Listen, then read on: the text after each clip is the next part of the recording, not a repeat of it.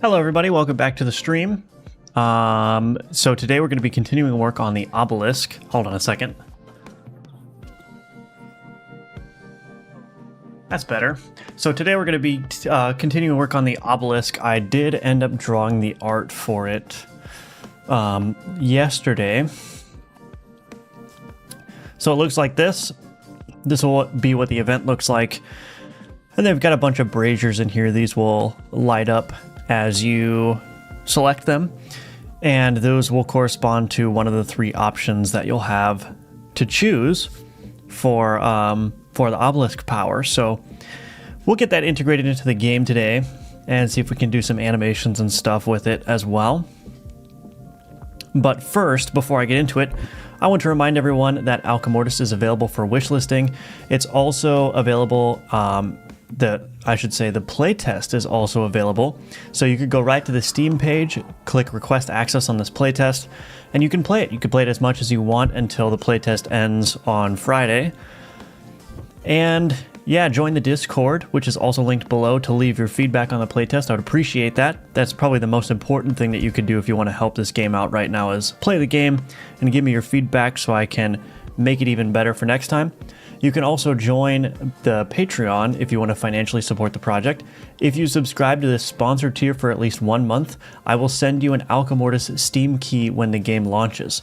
So this is effectively a pre-purchase of the game. And I also have this other perk here, which I will put your name in the in-game Alchemortis credits. So again, you get those two perks if you subscribe for at least 1 month at that top tier there. And also, I've got my Udemy courses here. These will teach you how to build complete games in the Godot engine. So if you've been interested in learning how to build games in Godot, these are perfect. So check those out. Those are all linked below. The Discord is free to join, so hop in there if you want to hang out with everybody. And yeah, anyway, let's get right into it. Hello, Real Crudo. Welcome back. Good evening to you. Hello, Define Dottie. Good afternoon, Ninja Link. All right, so what are we doing? So yeah, we've got this Obelisk art here. This is going to have to be, this is going to have to be cut up into pieces and moved into the game. So let's do this first. Brazier needs to be outlined. Let me fix this up a little bit. Oh, it's time for the cats to go wild. Okay, so there's that brazier there. That's fine. So we're going to want to export the brazier. Do I want to export these bricks separate?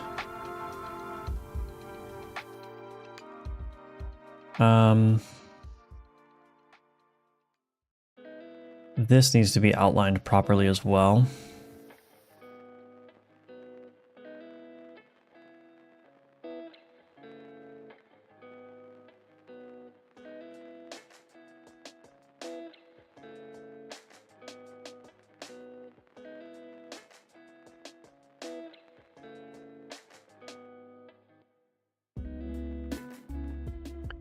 Let me think. I probably want to export these bricks as a unit, I would think. Let me update the obelisk here a little bit.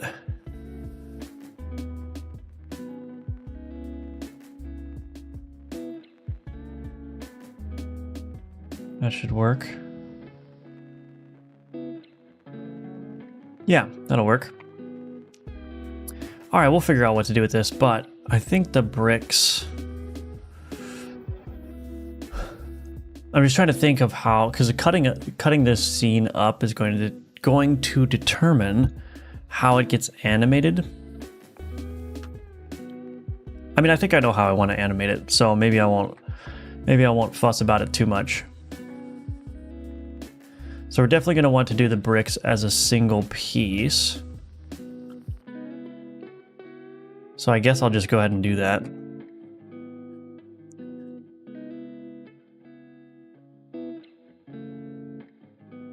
export, choose, oh, let's do relative path.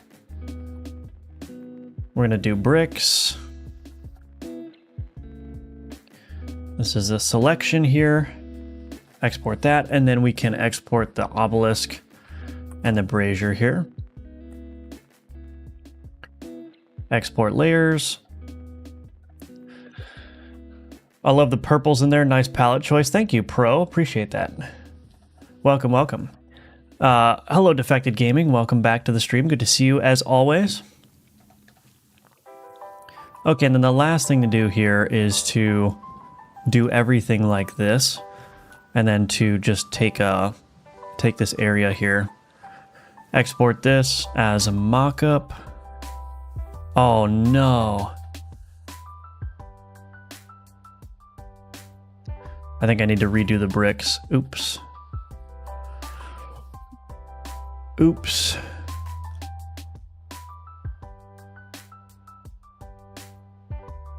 I think I exported them at a scale of 1000, which is not good. 1000%. So I'll export that. All right, we're good to go now. Got some animations going for this obelisk, yeah? Yeah, we're gonna get some animations going for sure. No animations are in place yet, but that's what we're gonna be working on right now, actually. So we've got this obelisk container here. The first thing that I'm gonna want to do is what? Let's go to the obelisk asset here. Bring the mock-up over here. Something like that should be fine.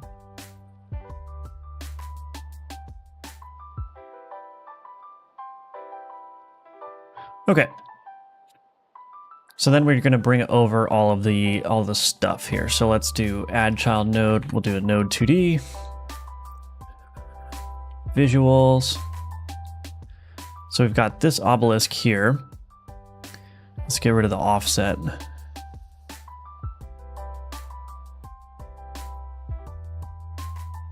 Do something like that.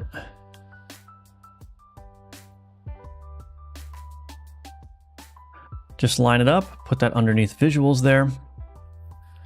Okay, and then what? We need the bricks. Take that offset off.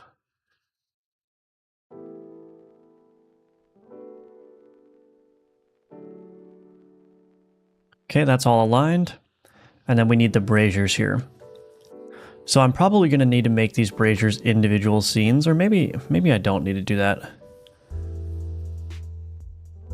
I don't know, maybe I should do that. I should probably make the braziers individual scenes. So let's make a new scene here. I guess we'll just make it a clickable control type.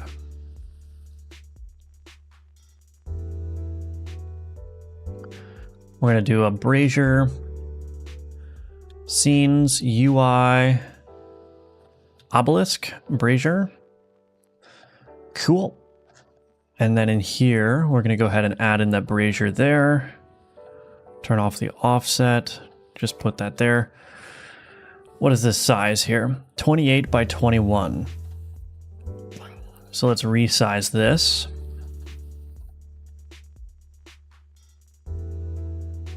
$28.21.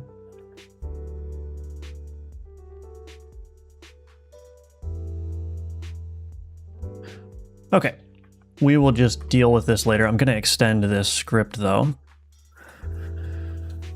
Create that game.ui.obelisk. Okay. Clickable control. There we go. All right, we'll just leave that alone for now, because now what I can do is I can instantiate this here.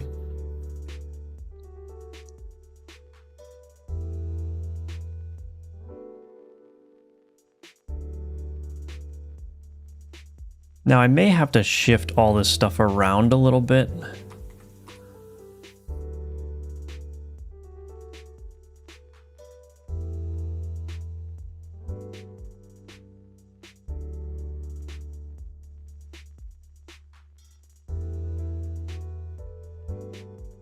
Okay, we can get rid of the mock-up now, and there we go.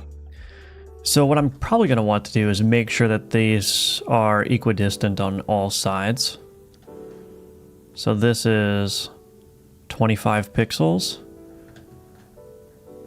This is 11. This is 15. So we'll move this one over by 4. So that's 15. That should be 15. These should be aligned. Yes. Okay. And I think this is pretty much aligned right down the middle here. Yeah. So we're good with that. So this needs to be what now? 21 pixels away from the edge. So I'm just going to change this container here. What is this? Custom minimum size 196. So I need to go from here to here plus 21. Is that what I said? 135 plus 21. Okay. And then 196, we'll figure out what the height should be, but that's good. And the height, yeah, I can just kind of eyeball the height here. It doesn't really matter. It does not really matter what the height is. Probably just needs to be like roughly equal, I guess.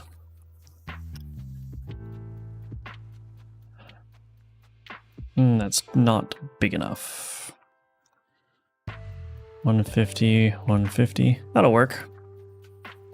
Okay, so now we've got our little obelisk container here. This HBox container is going to have to go. Yeah, so we got to do a lot of work here, but we're getting there. Hello, Arion. Welcome back. Hello, Snupbill. Thank you for the IDR 10,000. Always appreciate that. Thank you. Thank you. Very much appreciated. And welcome back to the stream with the message Yummers. Of course, we love that message. But thank you again, Snupbill, and welcome back. What do you think about using Godot 3.6 if you love C# but won't want to web export? I think it's fine. I mean, there are people still using Godot 3.6. I think Godot 4.x has a lot of really nice features over Godot 3, but if you don't need any of those features, then yeah, I would say use Godot 3.6 if you want.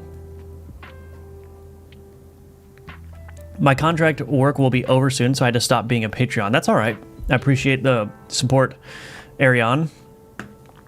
And yeah, if you were subscribed to that sponsor tier, your name will be included in the credits. I think what I'll do for the in-game credits is I will order the names in the credits by the people who ended up like donating the most through their Patreon subscription.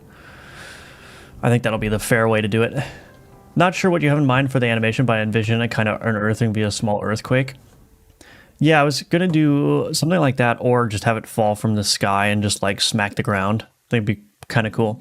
Game progression has always been very slow this month. On your game, Real Cruda, the last 20% takes 80% of the time. It's true.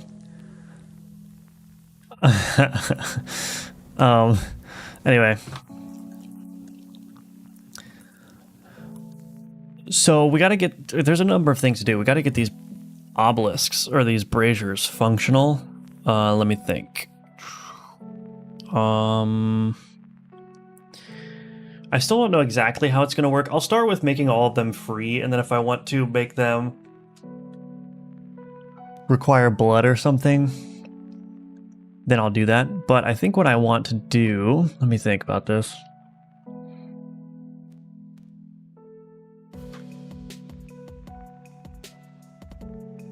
You'll have my Patreon will be a lifetime subscription to you. Oh, thank you.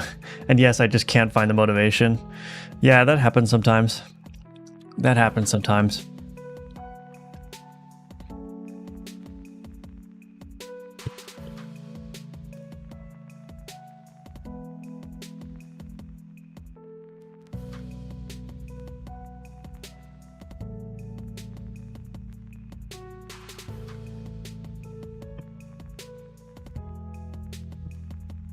I'm just trying to think of what I want to do for the next part here. So we do need a rich text label here. Let's make this size. How big is this? 156. Let's do fit content, BB code enabled. Layout 124 is the custom minimum size.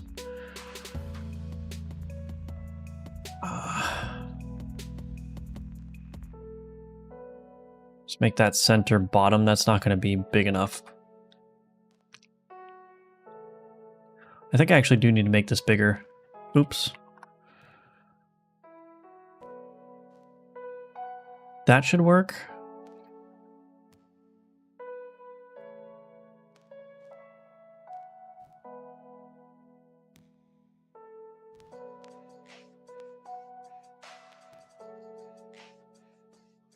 This is not working. Oh, here we go. Test. Does this auto wrap? It does.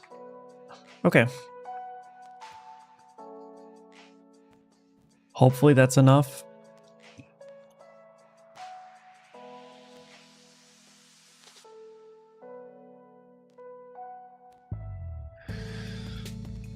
Let's just say choice text will go here.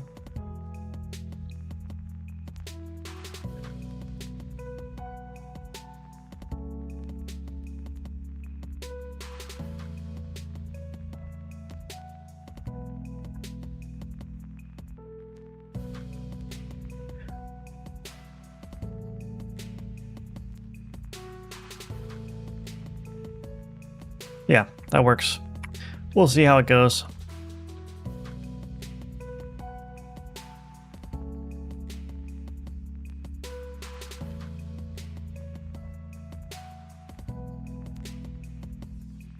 What does a brazier do? The brazier is like how you're going to select the options for the obelisk. So it's going to present 3 options to you, and that's going to be, the braziers are going to be how you actually select those options. So I don't think we need this HBox container anymore. So now I got to get into the actual meat of the code here.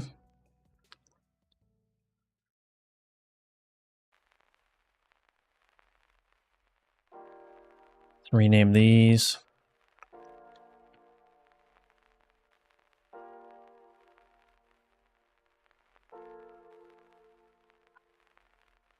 Node private. Oh, I just realized something that I'm probably going to need to do.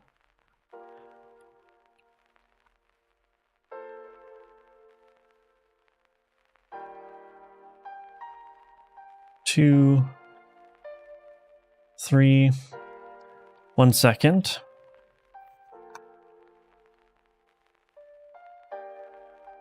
Okay. Just very tired with kids. Yeah, that's understandable.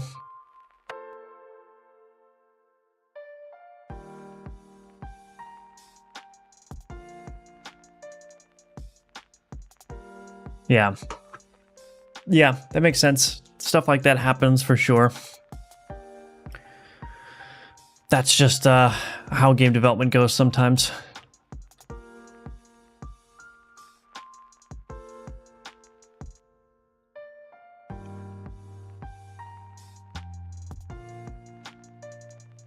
I think I'm going to want an array of braziers here.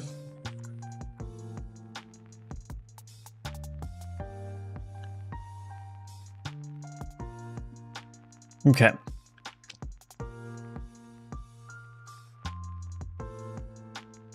This HBox container is no longer a thing.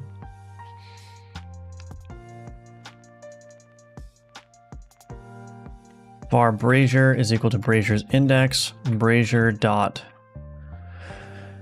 Actually, before I forget, I need to go here.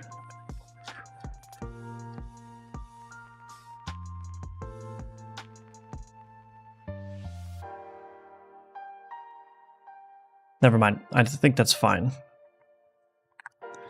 So brazier.clicked.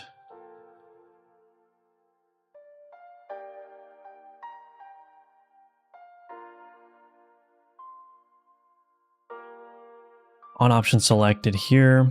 We get rid of this. Brazier.hover entered plus equals.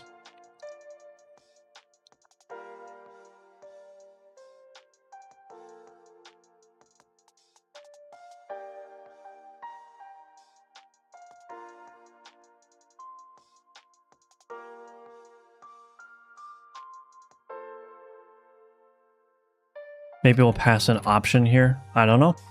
Brazier.hover exited.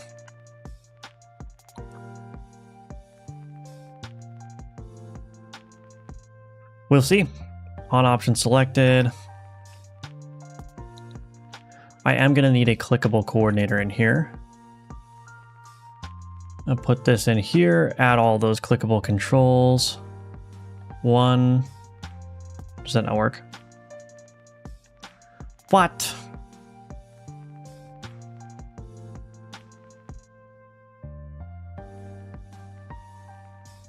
Does this need to be a tool script too? Or a global class? Wait a minute.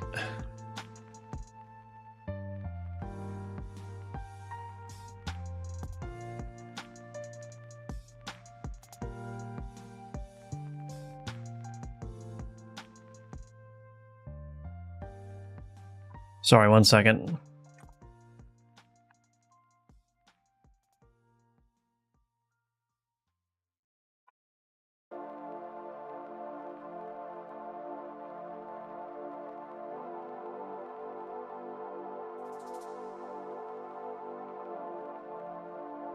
All right, I'll just do it this way then. For each of our brazier and braziers, clickable coordinator,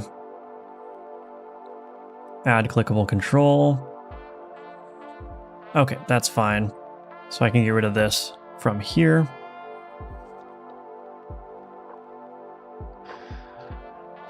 Okay. Private void on hover entered. Obelisk configuration, obelisk option. We're going to want to do this. What did I call it? The description label. So node private rich text label, description label. Description label dot text is equal to option dot get map node effect dot get description. And then maybe we'll do description utils dot highlight keywords for that.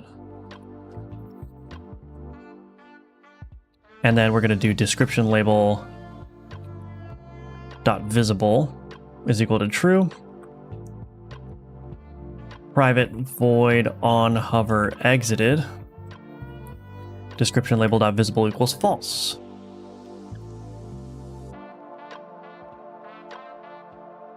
All right, and then I need to go to my brazier here, and I need to do this. This clickable control. Oh, I need to build. Let's build first.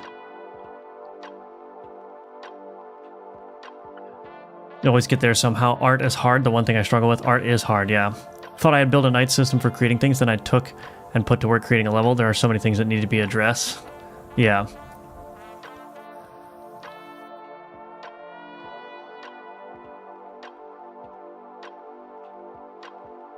As long as your metaphorical feet keep moving, you always go there, wherever there is. Yeah, that's true.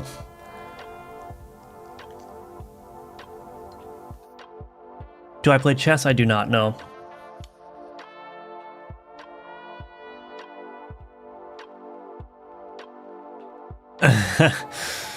It gets better when the kids start going to school. My kids are homeschooled. For instance, I noticed Firebelly could use sick channel banner, particularly in the style of me based off the current design. I happen to know me, and me says I'd do it. That's very clever, Defected. Very clever.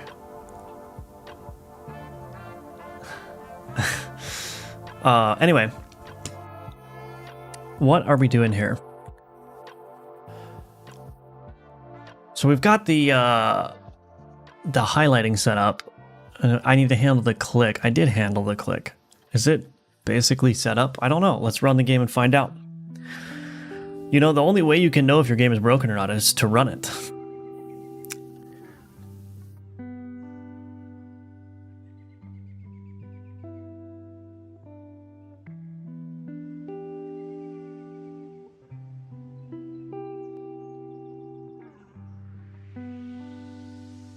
Oh, that is not correct.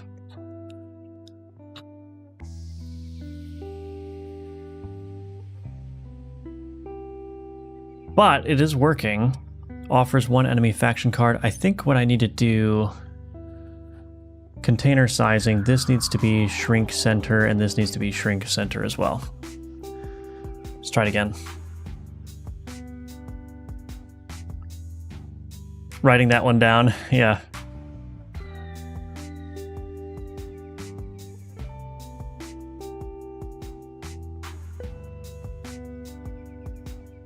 I just want to get to an obelisk. Let me go.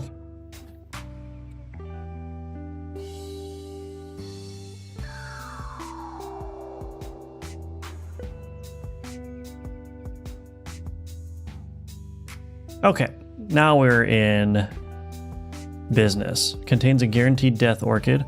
Oh, that is not correct. These descriptions are not correct. Okay. Shoot.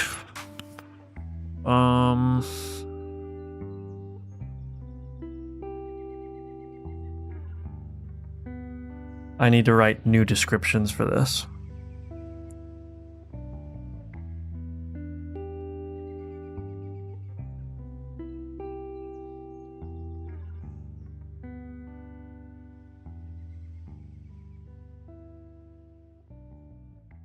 Okay, well, it's kind of working.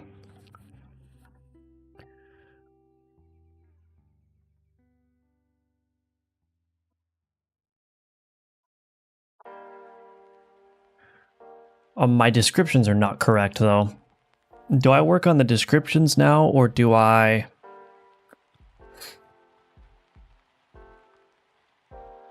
Do I just do the animations and stuff? These descriptions are supposed to say something like... changes, you know, 3 nearby nodes into reagents, and then reagent nodes have a guaranteed death orchid or whatever. Let me go to my obelisk event state machine.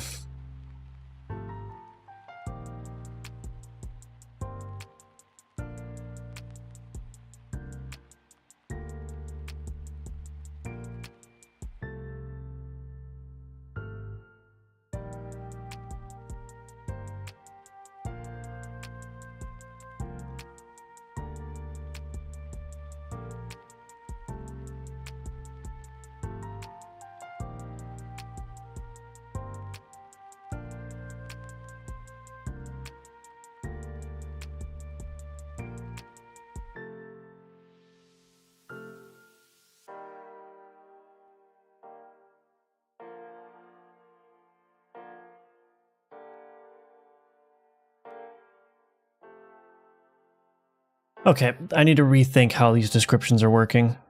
Can I help you, cats? What are you doing? Oh my gosh, my cats are all over me. What's up? Can I get both of you now? Let's see. Oh. Oh. I have them. I have caught them. Hello. Are you having fun?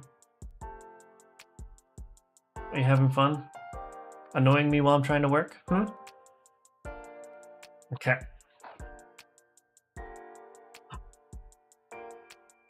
Goodness gracious. I mean, I suppose the responsible thing is to fix function over flash. But as an artist, I'm curious to see what you come up with for the animation. You have multiple cats? Yes, I do, yeah.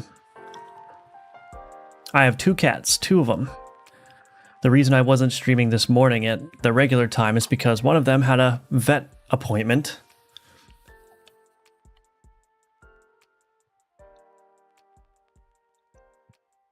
So I do need to fix the descriptions. I just don't know how I'm going to do it. I mean, the easy way to do it would be to...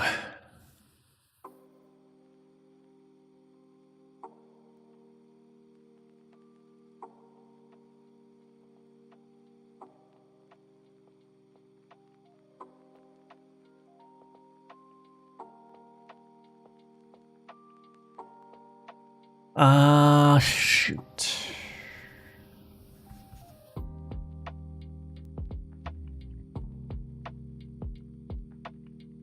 I think the easy way to do it would just be to do this. Public required string description get init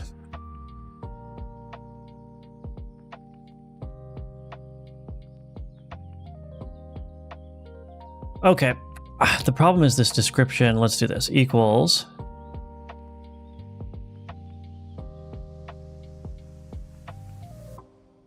Changes. Transforms 3 nearby nodes into combat nodes. All nearby combat nodes award 5 additional blood. Something like that. And I'd have to do this for this one.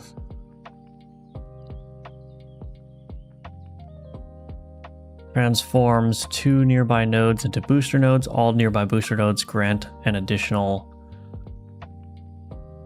All nearby booster nodes will offer 1 enemy card. Enemy faction card. Description here. Transforms 3 nearby nodes into reagent nodes. All nearby reagent nodes will contain a guaranteed Death Orchid.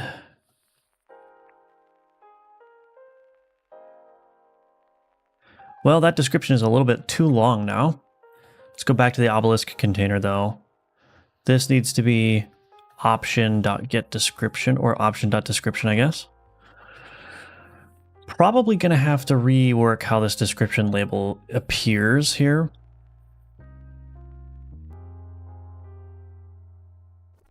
If I just do this and then that's not right. Make the anchor at the top and then we'll move it down here.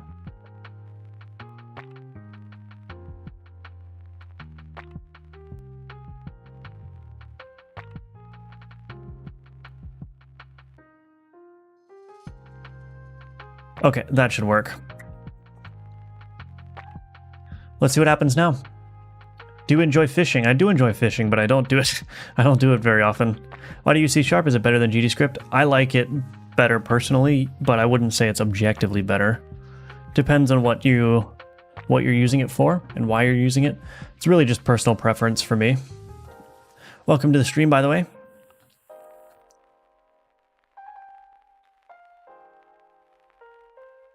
Let's get through all these things. That still needs to be fixed. Oof.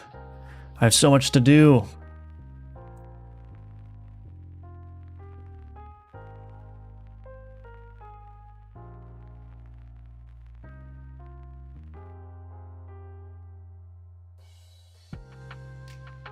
I'm gonna try something here.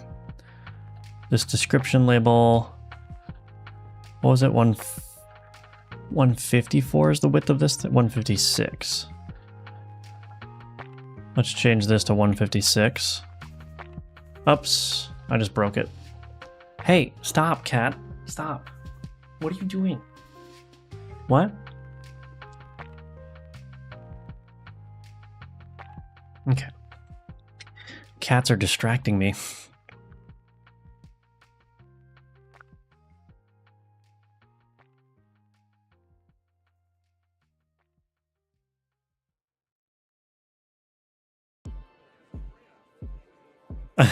I need to fix my wave function collapse again. It's all right. Transforms 3 nearby nodes into combat nodes. All nearby combat nodes award 5 additional blood.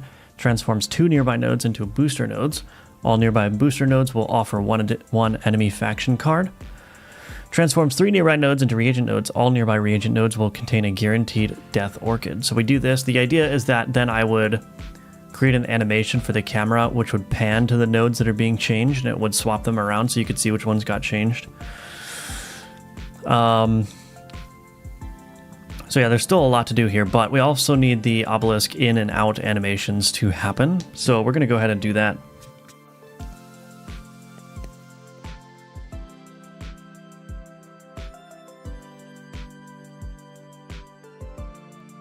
So I think that's the next step is the animations here. Those descriptions, I don't really like the implementation of those descriptions, but whatever. It'll be fine.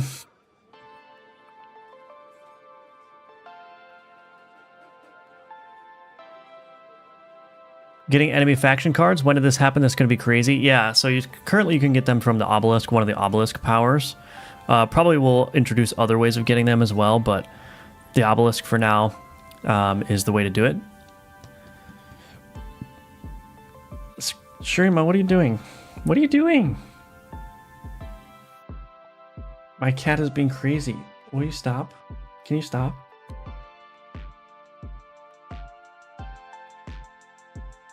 Okay. So we can do the animations next, I suppose. Actually, you know what? Give me just 2 minutes. I'll be right back. I gotta go take care of something real quick.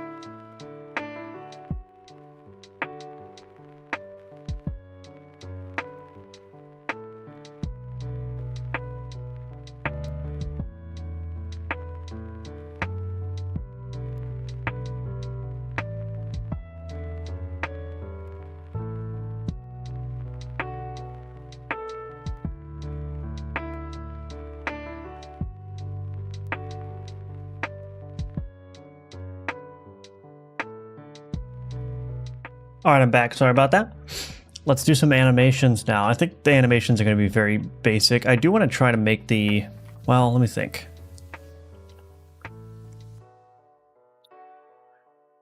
How did I do... Kind of want to borrow from the shop container. How did I do this? These things kind of bounce in. Do these have animation players on them?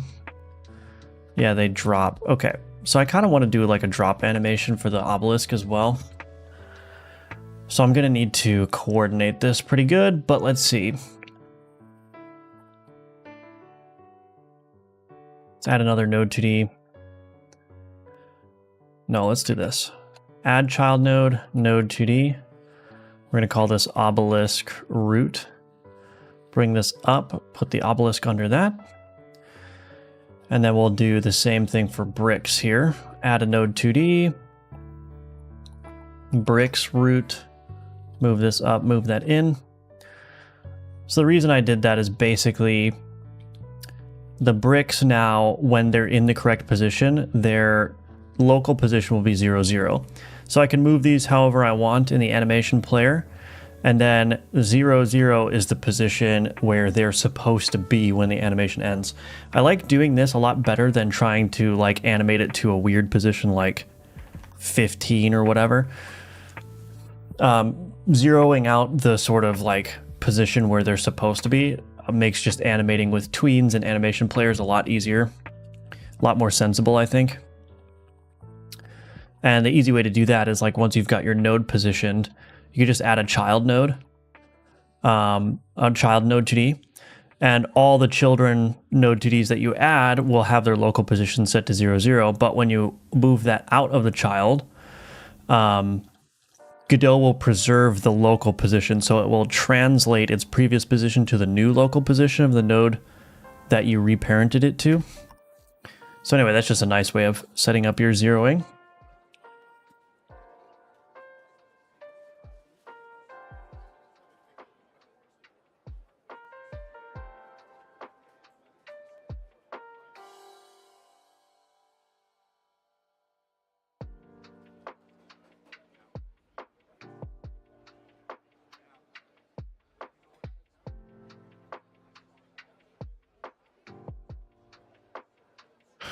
Okay.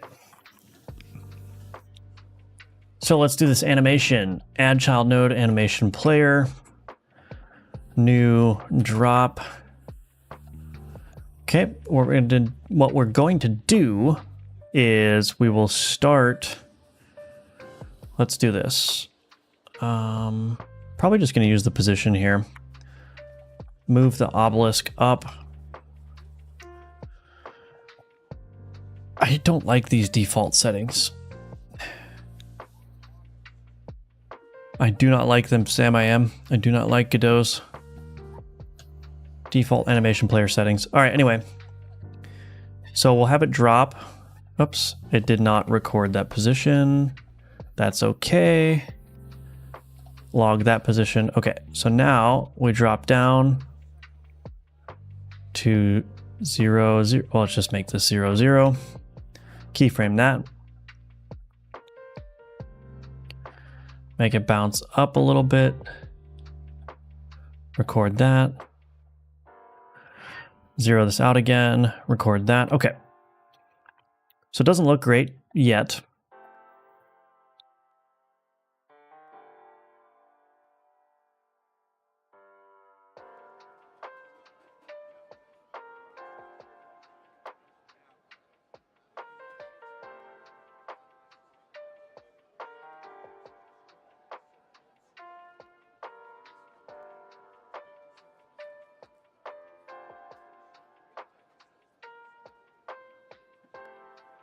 There we go. That'll work. So we're gonna have to do some sequencing here though first.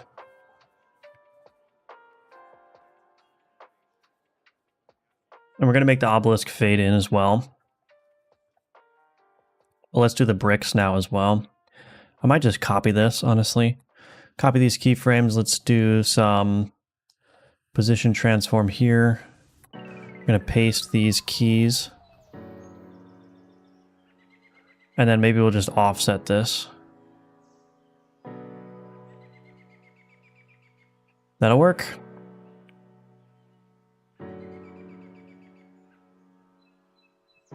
And these things are going to fade in as well. So I probably want to do, well, we'll see how the fade in animation works.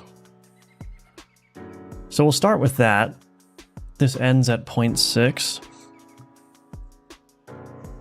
Okay. Why is my animation player there? Let's move this up. Okay. So let's grab the animation player. Private animation player, private static read only string name anim drop is equal to drop. Want to buy holy build please and thank you. Yeah, that's going to be a thing, or it should be a thing. Hello, Clickertail. Welcome. Hello, looking really cool. Just grabbed the Gunforge demo. Awesome. Yeah. Your break ad worked. Oh, ad break. Nice. Yeah, let me know what you think. You could also try Alchemortis if you're interested in roguelite auto battlers. It's got the playtest is live right now. So if you go to the Alchemortis Steam page, you can join the playtest and download that and play it. The playtest will be ending on Friday though, so you only have a couple of days to try it out. I think the bounce is a bit unnecessary. I would have had it fall and snap into a position, then apply some cloud particles and have the screen shake when it lands. That's how I would have done it. Well, it's not done yet. Assuming you haven't nerfed it, I shall use my infamous Echoes of the Swarm build, yeah.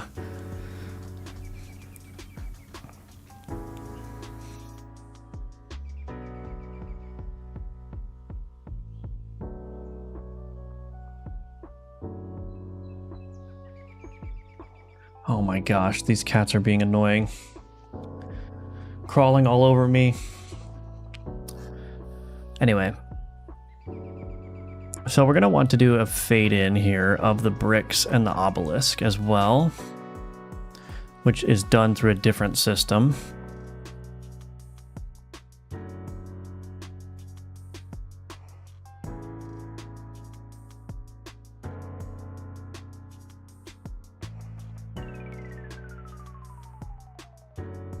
Hey, hi, hello.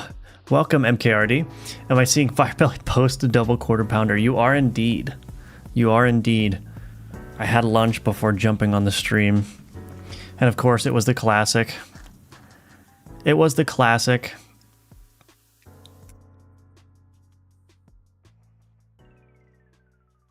All right, we're going to want to do if this is current scene.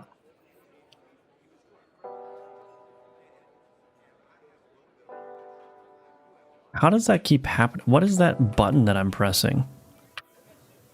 F10, F9? Oh, it's F9, okay.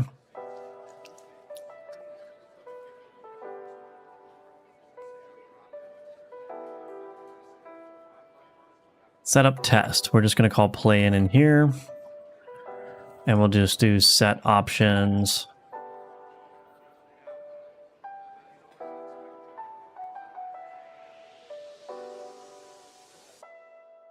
New Obelisk configuration matthew.rng.get options.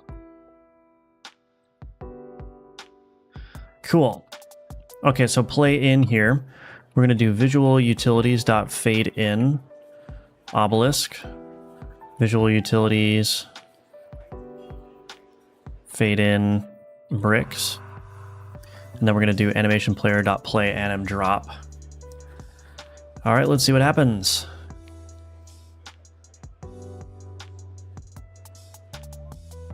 I was working on my project and added emotions to my knight. Now he can feel something awesome. Now he can feel the pain of having a sword thrust through his side. Pretty cool, pretty cool.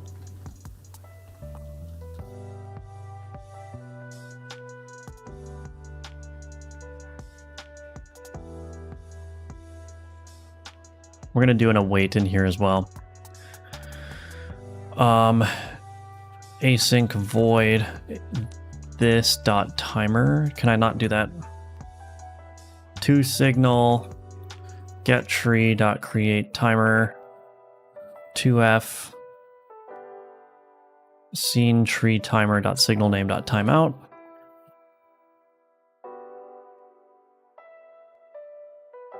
Your knight will find that they can be both a blessing and a curse. Yeah.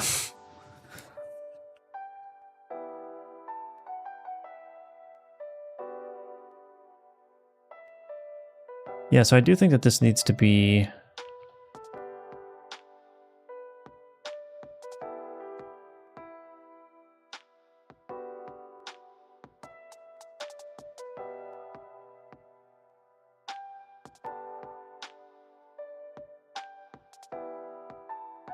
insert a key there, that's 0.7. Okay, let's see if that works. Got to sequence it a little bit better. Yeah, that'll work. Wish there was an easy way to see it multiple times. I mean, I guess I could just loop it.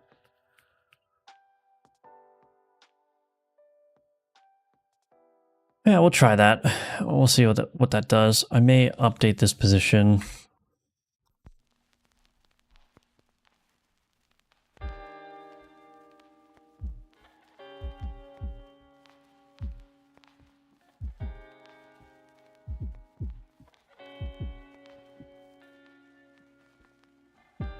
He has no mouth and he must scream, yeah. I guess I can just move these over even more. Gotta give time for the fade in to actually happen.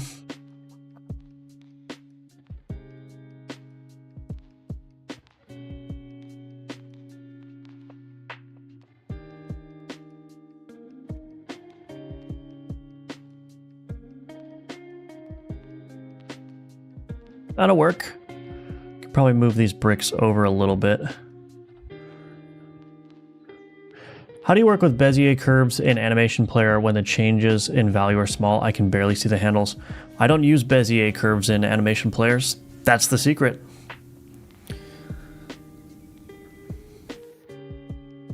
I realize that's not helpful, but I really haven't used Bezier curves at all.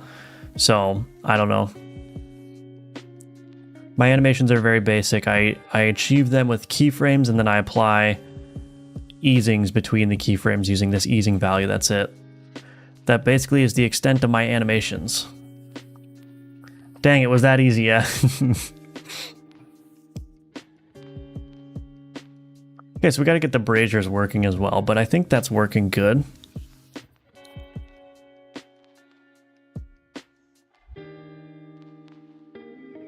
Trying to think for a second here.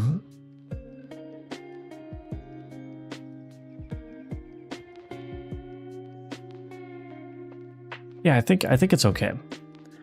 So the thing that I want to do is in my Obelisk event state machine, I create this Obelisk container and I do Obelisk container.play in. So it lets me just see what that looks like in game here. Oh, I'm also going to need to do this. I need to do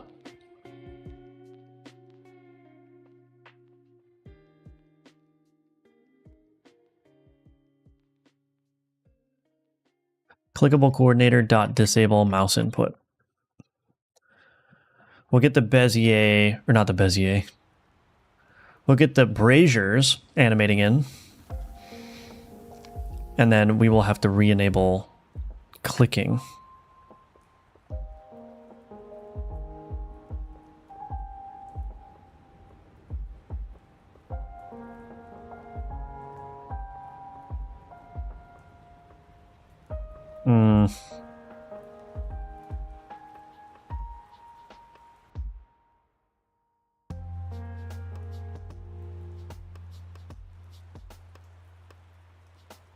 Well, I might have to play with that animation a little bit. Doesn't look that great in the game.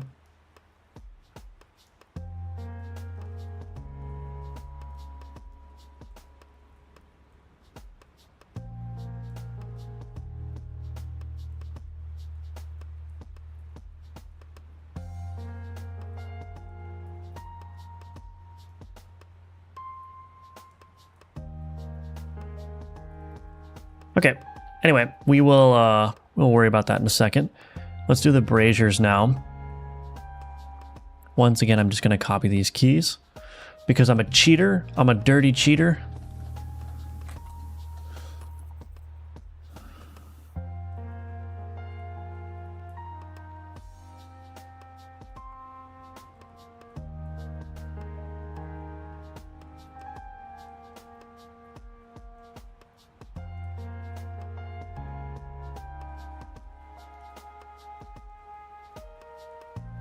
I really don't like these default settings. Okay.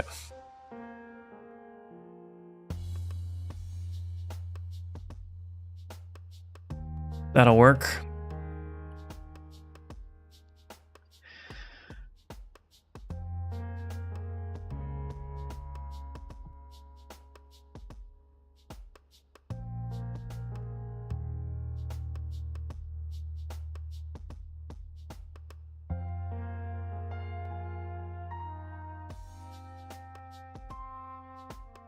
Animation player. Ah, give me this Godot, please. Thank you. Go. Public void play in float delay. Var tween is equal to create tween. Let's do public async task.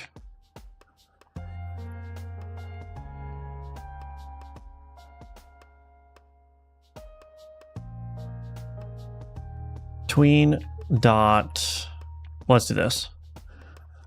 We need a reference to, well, actually, I guess I don't need that. I'm just going to set visible equal to false. Tween dot tween interval delay. Tween dot tween action.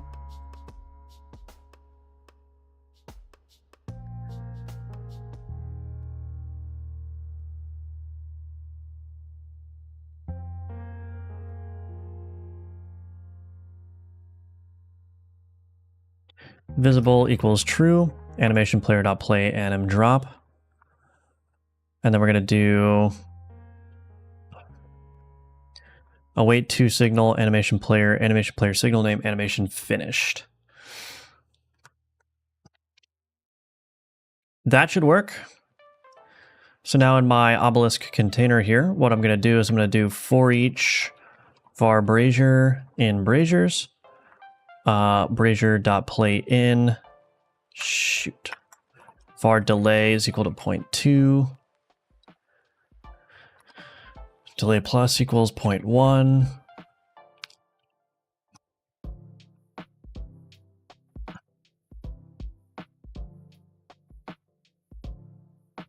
Signal awaiter awaiting. When all signal awaiters. That's not right. Task when all pending tasks. This needs to be an IEnumerable of task. Okay. Let's do list task. Tasks is equal to that. Tasks.add brazier.playIn await task when all tasks. There we go. We can discard this. Discard that. Clickable coordinator.enable mouse input. All right, let's see what happens. Do you prefer working in the dark or does it not matter? No, I need to have lights on. I have lights in my office. Do you like creating assets or coding more, or is it more enjoyable alternating them? Alternating is definitely enjoyable because sometimes I'll get sick of writing code and then I can go to art, and sometimes, you know, I get sick of art and so I go to writing code, you know? It's nice to be able to do a variety of things. Why are these blinking around? I don't understand that.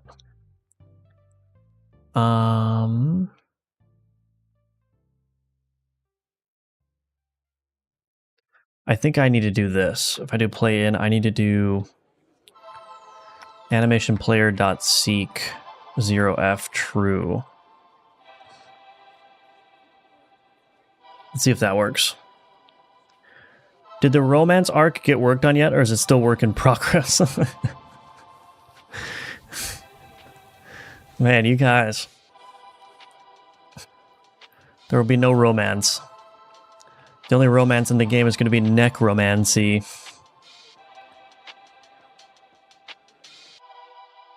I get romantically attached to my skeletons? Alright. And then I sacrifice them on the altar. That's dark.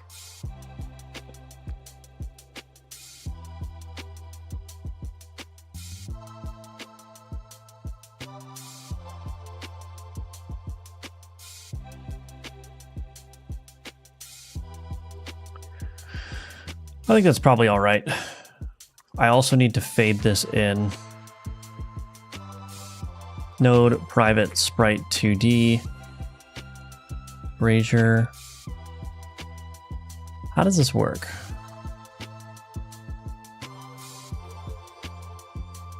Oh, it should be fine actually.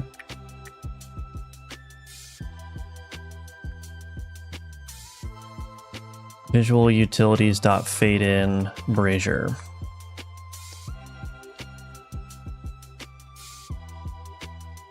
Romance necromancy sounds like a dark twist of the game. Yeah, it does. Do you think skeletons like milk baths? I don't know. Maybe. You know? Who knows? Who knows?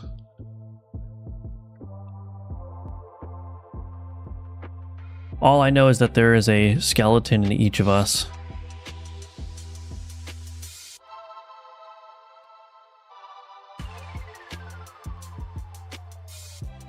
Yeah, this is a little wonky, but we'll work on it.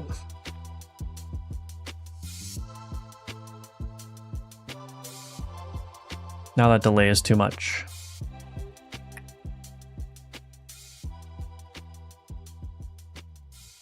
I like it a lot. Good.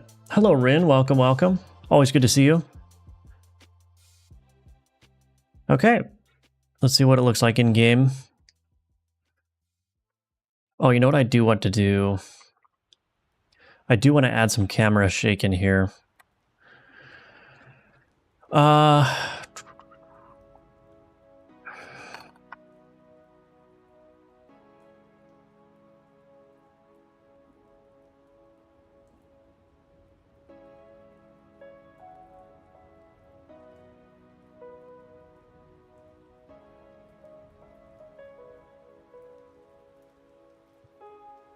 I just added a little function I can call from the animation player now.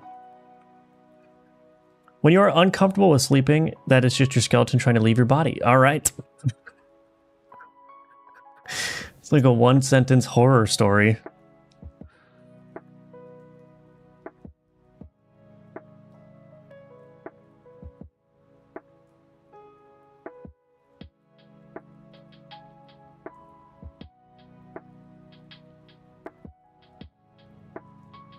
Okay, let's see what this. Let's see if this works.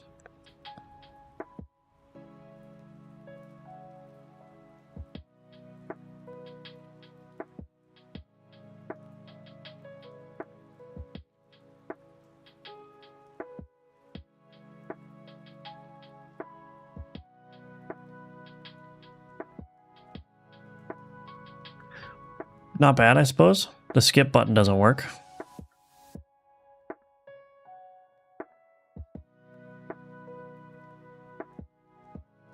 Gotta make the skip button work now too. But I need an out animation before I do that. I think I'll just fade everything out.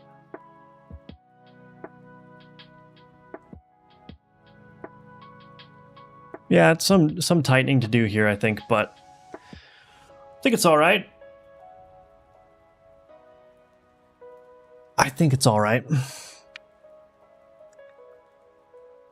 All right, let's go ahead and do...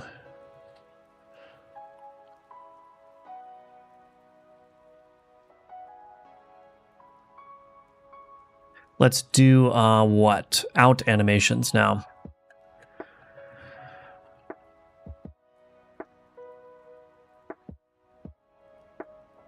This probably needs to be a waitable as well.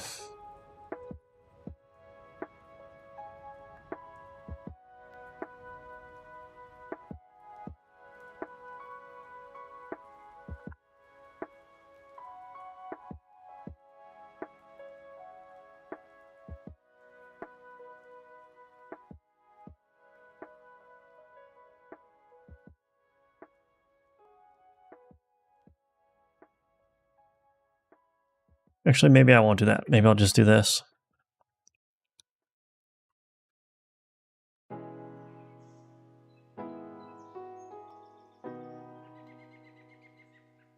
I think that'll work.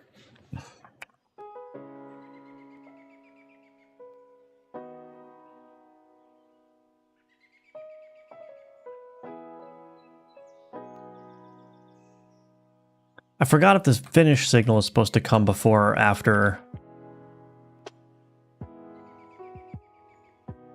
I think it's supposed to come before. Yeah, we play out. Oh, we need to do the skip event button. So I'm going to need to do this as well. Okay. We might as well just implement that then.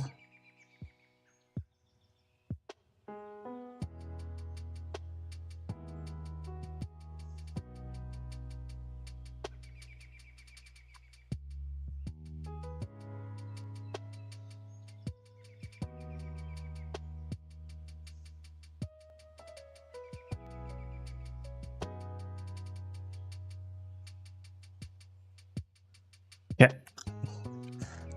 So we've got the skip event button now.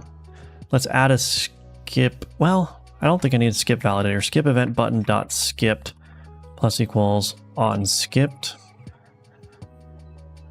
Private void on skipped.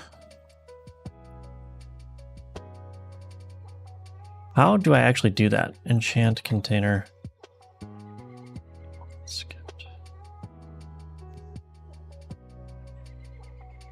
Oh, we do the play out. Okay. No, that doesn't sound right.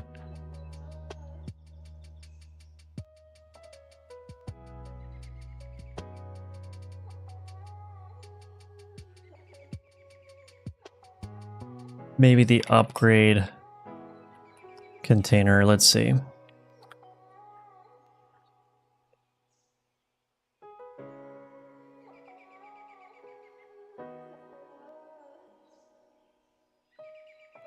Oh, I'm listening to the skip in here. Okay.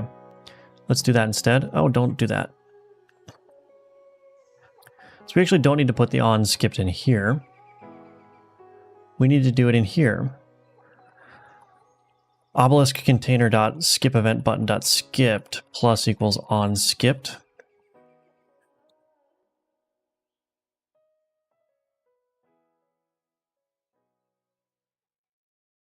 I think we can just go to change state cleanup.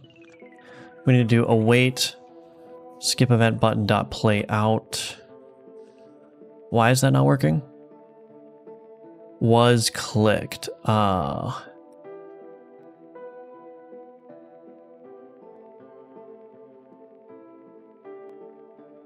Private bool is skipped. All the way down here is skipped equals true.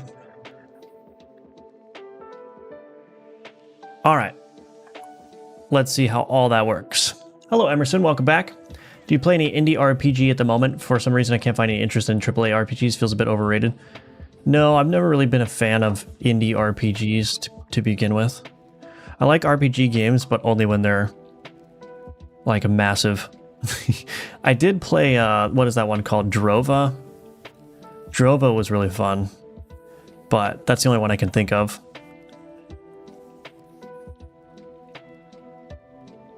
Okay, that out animation looks correct. I think the in animation just needs some work, that's all. Oh, these all have swarm. Oh my gosh, I'm about to get swarmed by mice.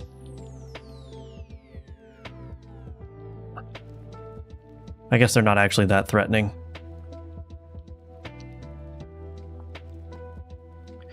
Feels like AAA equals I compensate lack of substance with graphics, bloat, nonsensical anti-aliasing. Yeah, I mean, I think the big problem with AAA games is that they have to be formulaic because they have to make a return on their investment. I mean, that's true of indie games a lot of the time too, but AAA studios are backed by all kinds of money, and people don't want to invest money unless they have a reasonable expectation of return. And so you can't really take a risk by doing something different. You have to be formulaic. You have to do what you know works to make money. And so, you know, I'm sure there's a marketing component too, where if you put a lot of effort into the graphics, you can market those, make the game really flashy for advertisements and stuff. I think it's a totally different system of incentives there. But I think that's why, you know, AAA games end up feeling very samey and formulaic.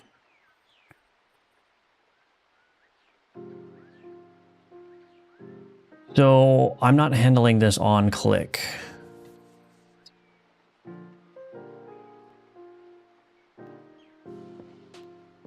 I don't need this index there, so we don't need that.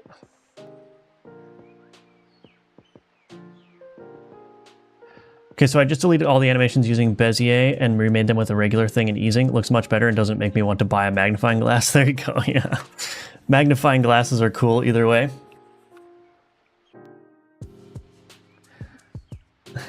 That's why we have 1,000 Far Cries.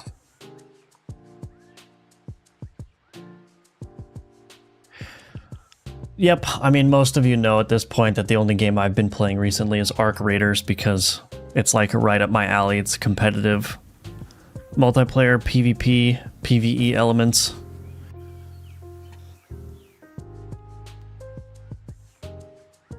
Okay, I think that is working good.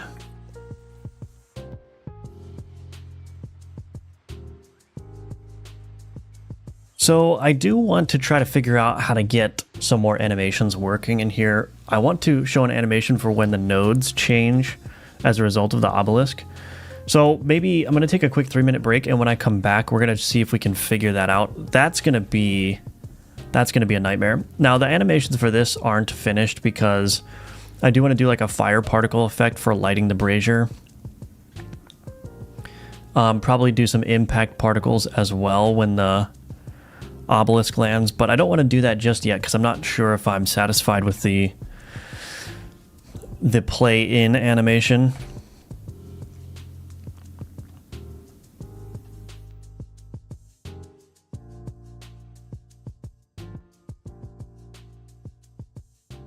So I'm not satisfied with the play-in animation, so I think what I'll do is I'll sit on that for a little bit, but I do want to add flame particles when you like light these things. And then when you come back out into the map, what I want to do is like have the map pan over and show which nodes got changed as a result of the obelisk. So that's the thing that I want to figure out next, because that's going to be a nightmare. It's going to be an absolute nightmare. And it's going to take a lot of care not to spaghettify the code as a result of that feature.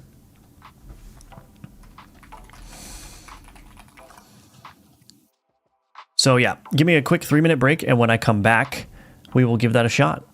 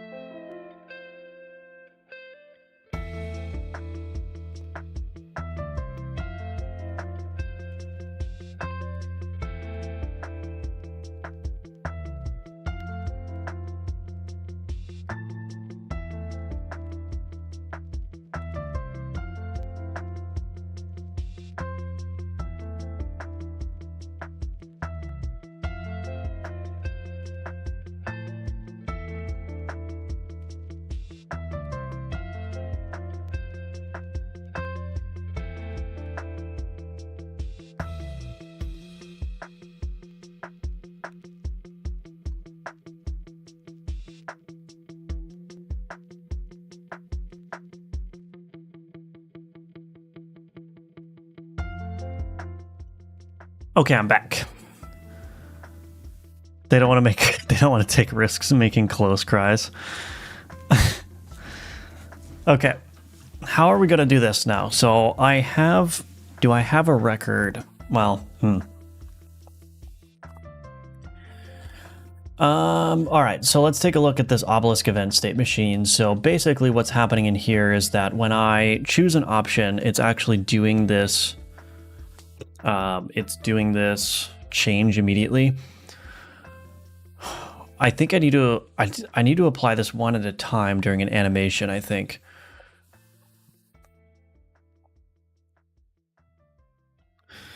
So let me think.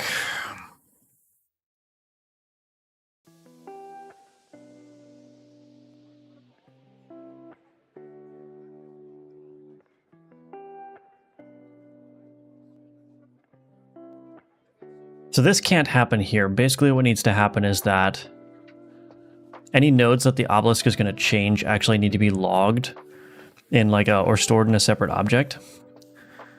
And then those need to be handled one at a time.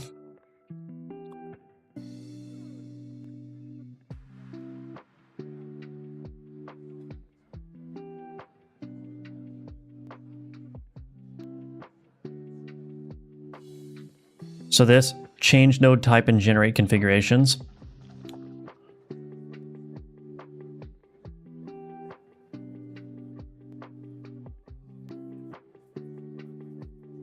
So there's a couple parts to this. One, this information needs to get out back into the map view. So that would be the run manager. When I enter back into this state map here,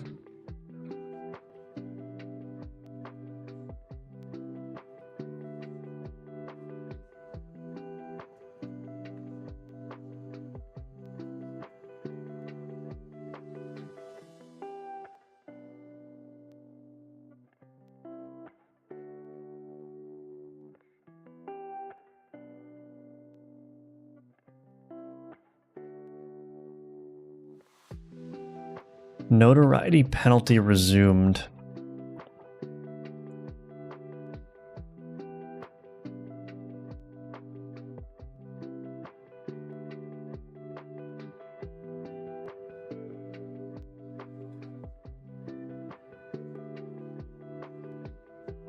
Okay,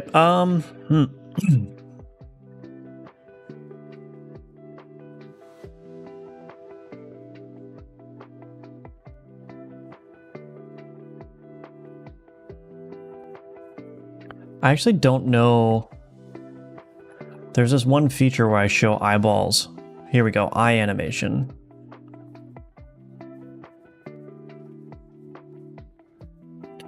Play eye animation on notoriety penalty added. So where is this coming from?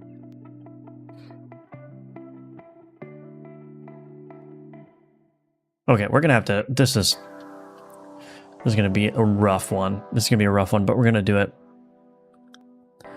The other thing I need to look at is the camera.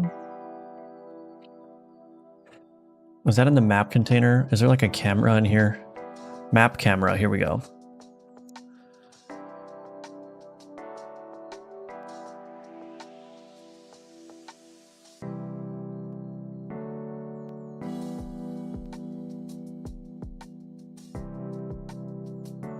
That's not right. Where am I actually handling the map camera? What was that? Map container? So the map camera is here. Map input layer. I think this is it. Map input layer. Yeah, this is the thing that controls the camera here. So I need to get information out of this obelisk event into a place ultimately where the camera can be driven by those changes, so we could focus on the nodes that are changing. That probably needs to be coordinated by the run manager state machine here.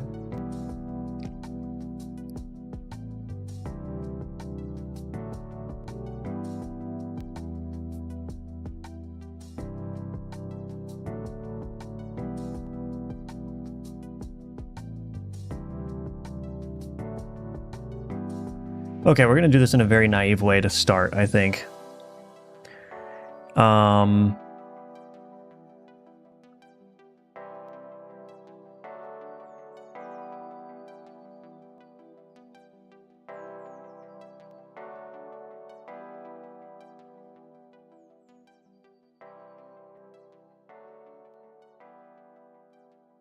If event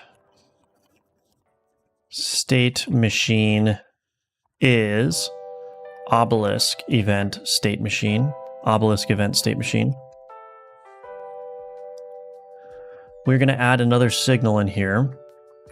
Is this a ref counted? Oh, it's a node. Okay, that's fine. So we're going to add another signal in here. We're going to do signal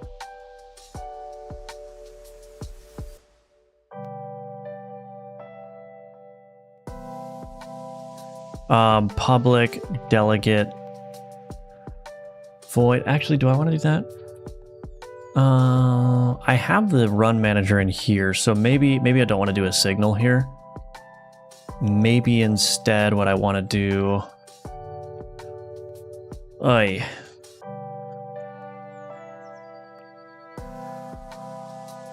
I need to revisit this class here, I think.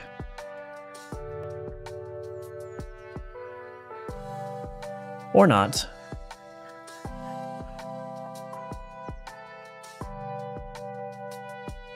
Public void set map node changes to animate. Okay. We're just going to leave this empty for now. In the obelisk event state machine here, we're going to need to change this. So we almost need...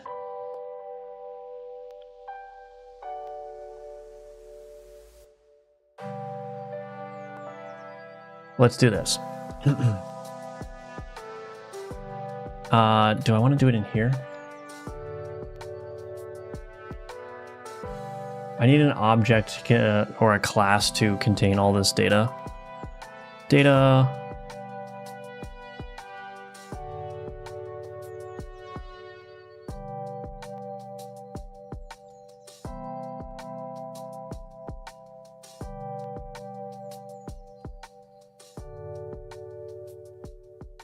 Let's add a new file in here. Let's do,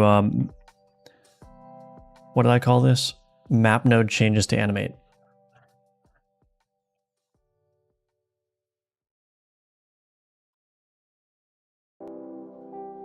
Animated map node changes.cs. Namespace game.data.map. Public class. We're going to do a record, I guess. Record, animated map node changes. Okay. So.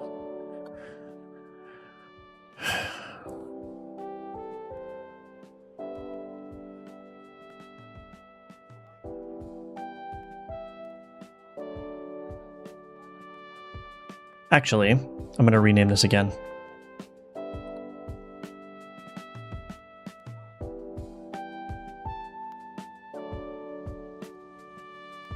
Animated map node change. Okay. Public required run map node.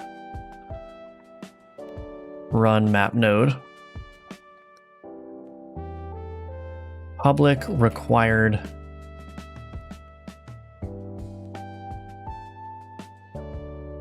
event type to event type.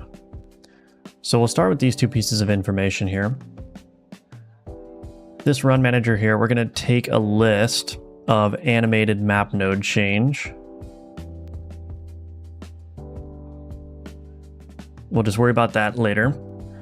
So now we need to create a list of this. So var map node changes is equal to new list animated map node change. So we've got the obelisk configuration here. Nodes and pixel radius, order by, take, to list. Okay, so that's nodes to change. Change node type and generate configurations. So we do need the RNG here. So let's pass in that RNG, public required random number generator RNG. Okay. So this line is going to go away, and what we're going to do instead is we're going to do map node changes.add. We've got our node here. Oh, I used the wrong random number generator, didn't I? Classic.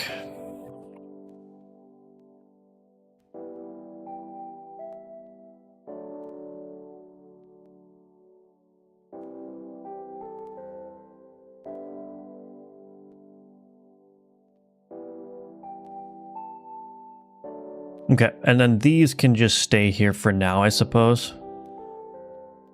Oh no, they can't.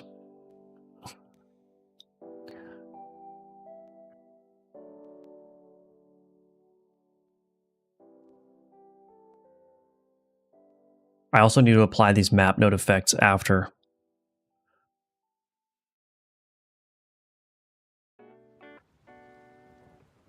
Okay, well, back to what I was doing before. Animated, rename this. Animated map node changes.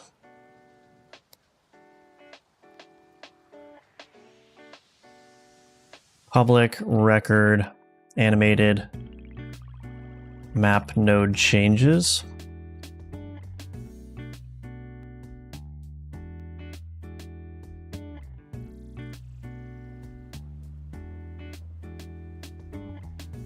And then what we're going to need is public required map node effect.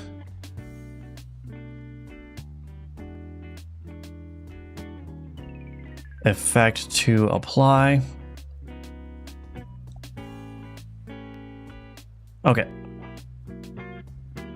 Map node changes is equal to new animated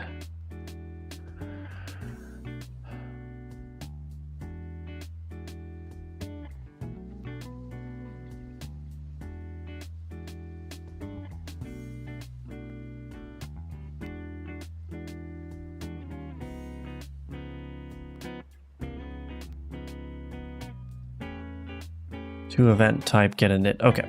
All right.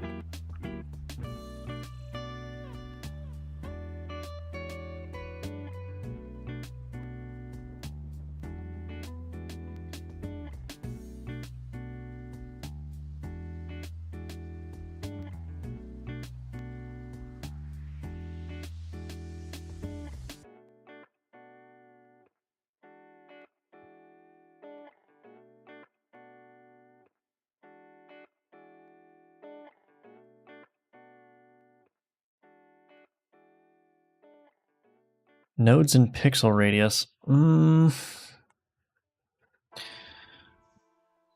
I think what I need to do here... What do I need to do? I think I need to... All right.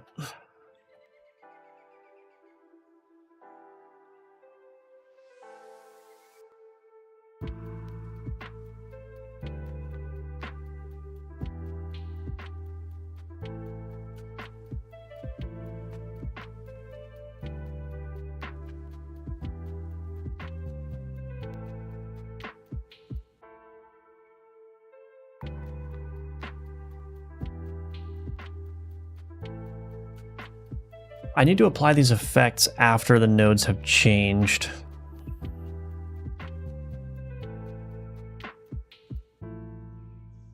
Do you think some level of polish is needed even for prototyping a game, or should prototypes be made as bare bones as possible art-wise?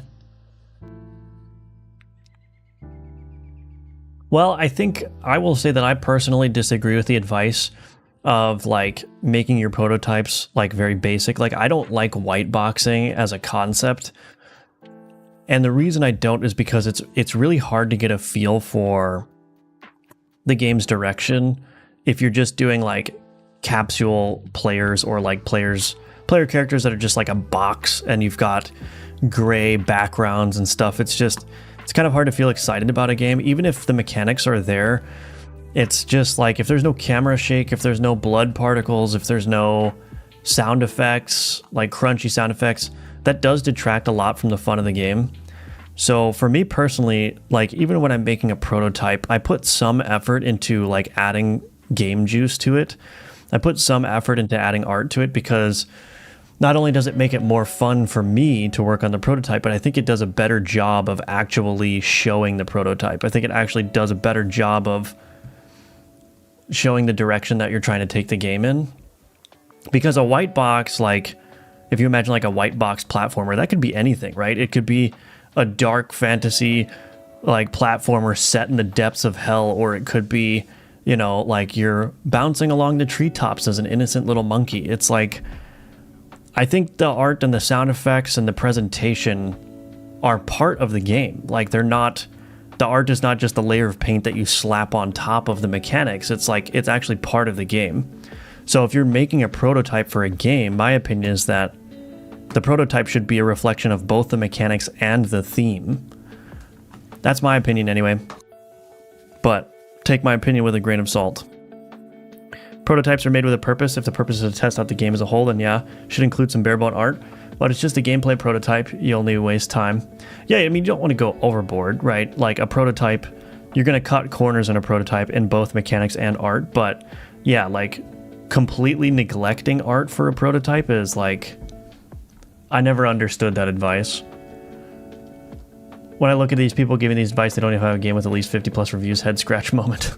Yeah, I mean, I don't have, like, I have one semi-successful game for an indie game, and that's Gunforge. So again, don't take my advice with a grain of salt, or do take my advice with a grain of salt. I mean, I'm not an authority on how you can make a game that's perfectly sellable. Like, that's not, I'm just telling you how I think about it and what makes me excited about my prototypes. And having a prototype that has the default Godot gray background is not fun for me at all, and also doesn't do a very good job of showing the game that I'm trying to make. A game like Inscription would not have worked without the whole package. Yeah, exactly. It's like, imagine what the rough prototype with no art of Inscription would have been. It would have been like, if you were building it in Godot, it would have been like, here's some control nodes with some cards on it, and like, you click this little ugly button over in the corner here, and that plays the card, and it just instantly snaps to where it's going. Like, that just looks like any generic game jam card game that was put on itch.io for like a 48-hour game jam, right? It's like, that's not, yeah, I don't think that's appropriate. It's a game better than the sum of its parts. Exactly, yeah. I think you're one of the level-headed ones. Oh, thank you. I try to be level-headed. I try to be. It's time for Game Day once again. Yes, indeed. Welcome back, Jackie Daytona. Good to see you as always. Good to see you. All right, so what the heck is going on here, man? So I need to get a list of all these nodes. So basically, shoot.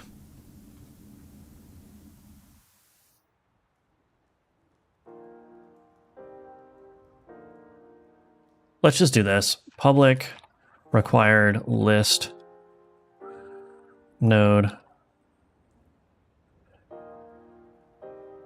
I'm just going to do this very basic. Okay.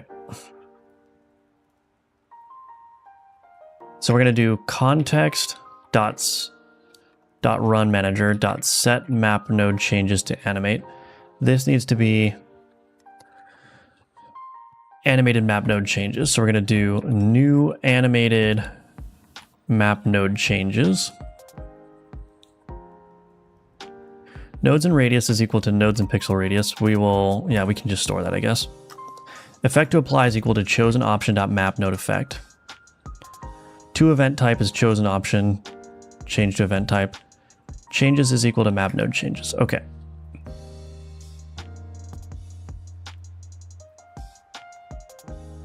And we'll get rid of this for now. Okay, so this is just setting up the data of all the nodes that we want to change. So now I need to actually do that in the run manager.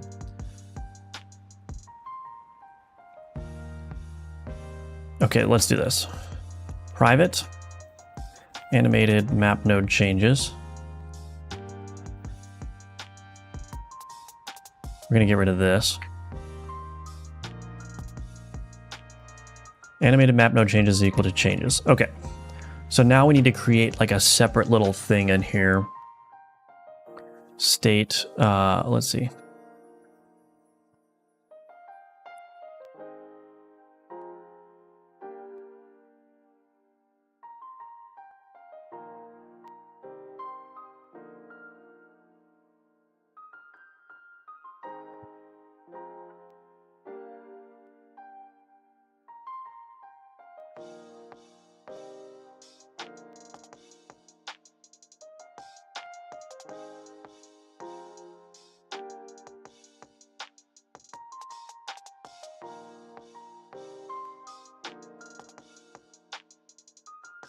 Spread Inquisition here. Okay, so I think in here...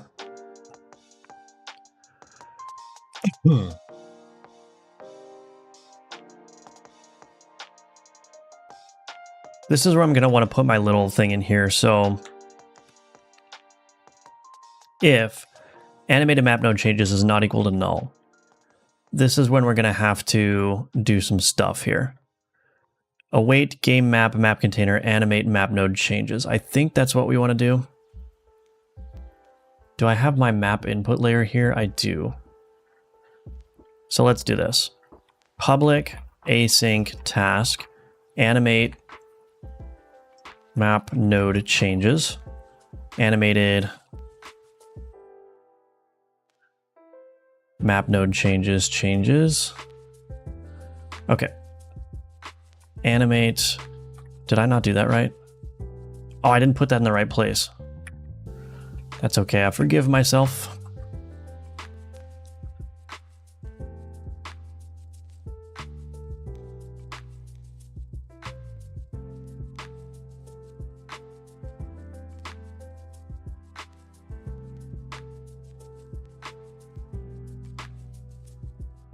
Animate map node changes, animated map node changes here. Okay. All right. So now in here, we're going to await and we're going to set that to null.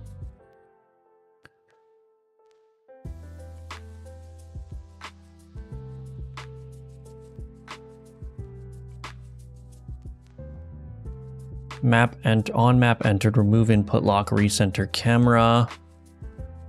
On travel entered.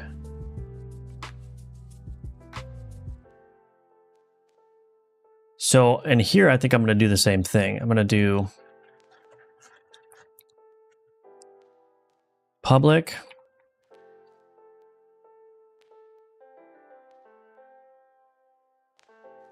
override, public async task, animate map node changes.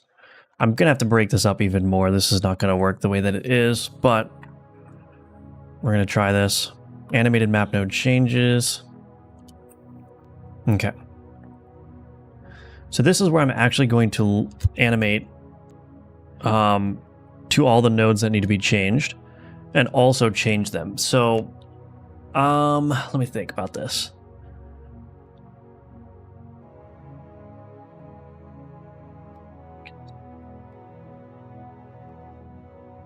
Oh, this is a mess.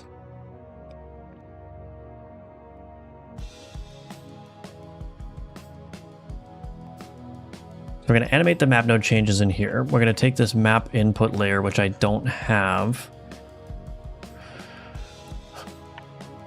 Well, maybe I should break this up. Maybe I should do this. Yeah, let's do this. Let's do this. For each var change in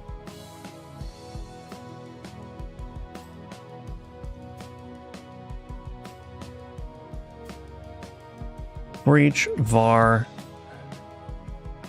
change in animated map node changes. The first thing that we want to do is we want to lerp the camera. So we're going to say await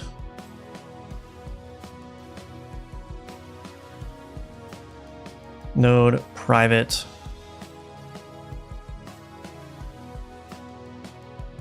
map input layer.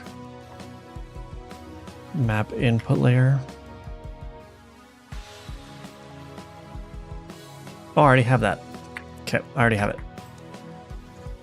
Is this being used anywhere? Did I just add this? What's going on? Okay, well, whatever. Okay, so we're gonna do await. Now I need to figure out how to actually lerp the camera here. So we've got mouse pan, we've got camera target position, keyboard pan, free cam, panning mode disabled. Let's do panning mode. Let's do controlled here.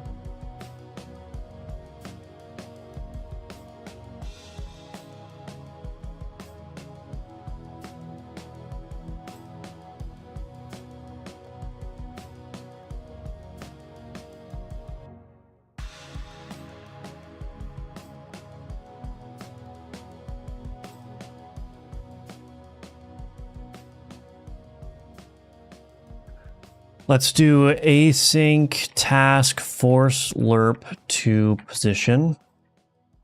Vector to position. I guess we don't need an input lock. What I'm going to do is I'm going to change the current panning mode. So we're going to say current panning mode is equal to panning mode dot controlled.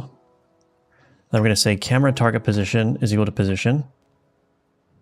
That is not good.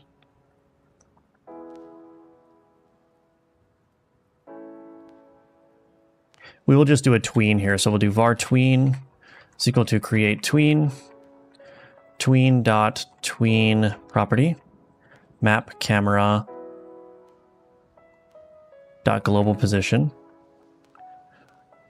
string property name global position. Can I do tween global position? Yeah. Tween global position of map camera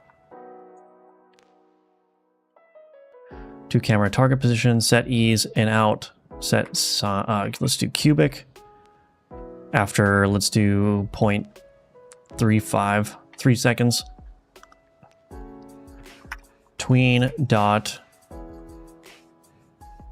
Actually, do I want to, maybe I'll just return a tween from this actually. I'm trying to think. Do I just want to return a tween from this? No, it's fine. I'll just do that simple for now. Tween dot tween interval 0.5. Await to signal tween dot signal name dot finished. Okay. So now we go to our map container here. We're going to await map input layer dot force lerp to position.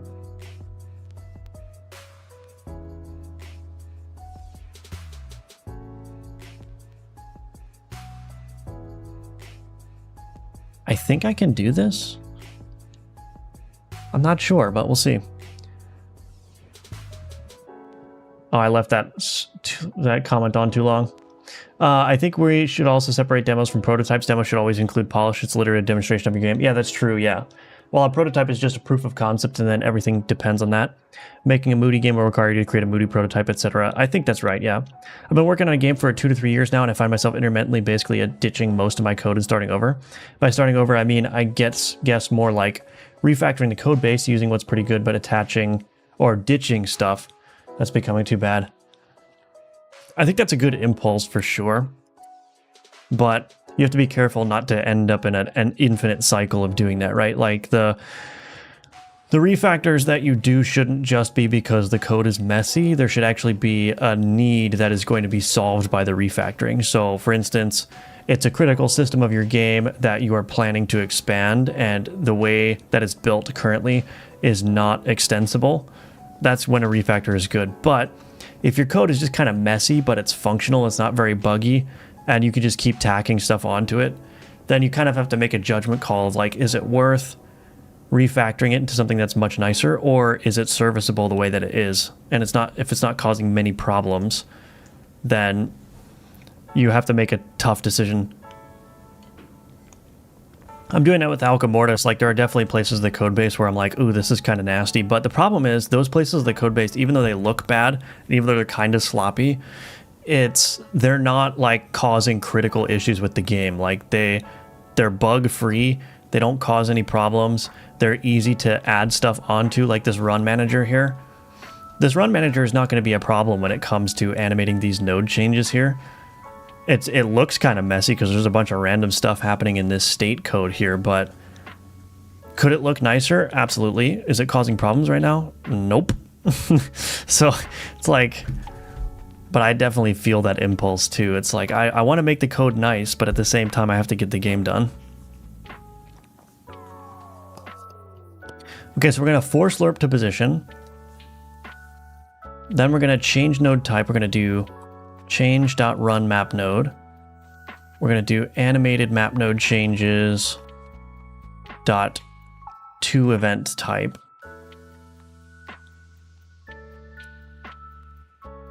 We are going to want to play a type change animation here.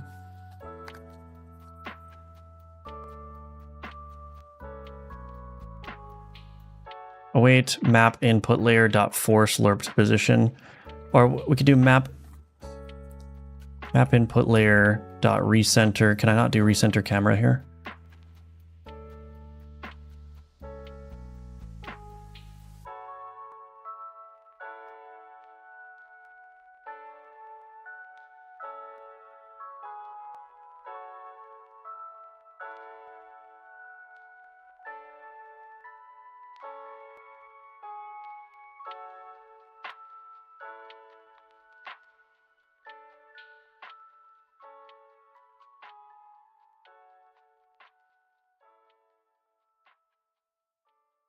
Sorry, I want to do one thing here before I forget.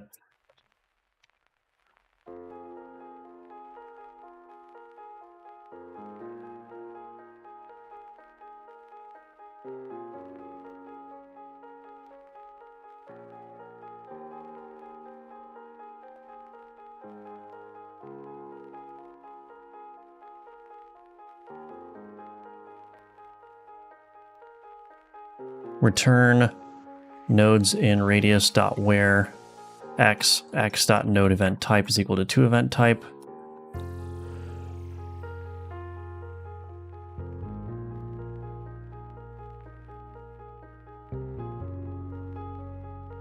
I'm just gonna change this one thing real quick. For each var node in animated map node changes dot get map effect affected nodes. Oh my gosh.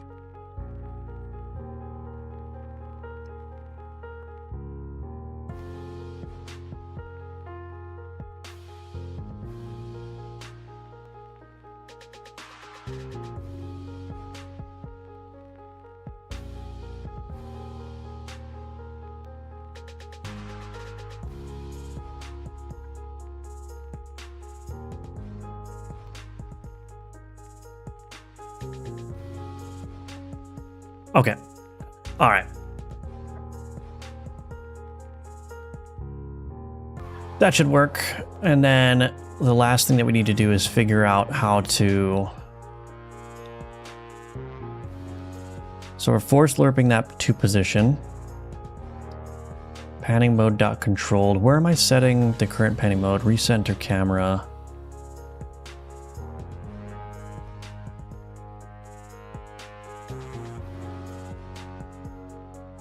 Let's just do this. Public void force recenter.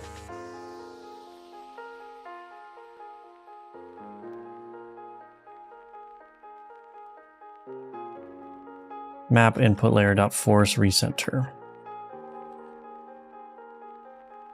I'm going to rename this. Force lerp camera to position. Force recenter camera. Well, only one way to find out if this worked. It's complicated whether a refactor is mathematically good. Yeah, I tend to make the smallest instance of the biggest game loop I'm trying to implement. Basically the most miniature version of my project to prevent refactoring a giant code. Yeah, that's a good strategy. I think one of the most influential things I got from you is making my code just easier to read. It makes all the scripts cleaner, debugging easier, and just overall improves my mood. Yeah. The number one thing that you can do to make your code easier to work with is to take the time to give your functions and your variable names readable names. And if you have to choose between doing a one-liner that's really clever but is hard to read and splitting that one-liner into 3 separate lines where you're storing 3 separate variables and then you're doing a final operation on them, do the second option. Like, your priority when you're writing the code is should be first and foremost for developer experience. That's my opinion anyway. If you're writing in a way for the developer experience, like you're making it nice and verbose and easy to read, and then for some reason that creates a performance problem, then you can go and do the more clever solution that is more performant. But the main priority is, like, you should understand what's going on in your game, and the easiest way to understand is to just write in plain language what's happening in your code base using your variable names and your function names. That's like the number one thing you can do to make your code more maintainable. Even aside from applying, like, you know, the traditional patterns and stuff. So anyway, that's my opinion. Let's see if this works.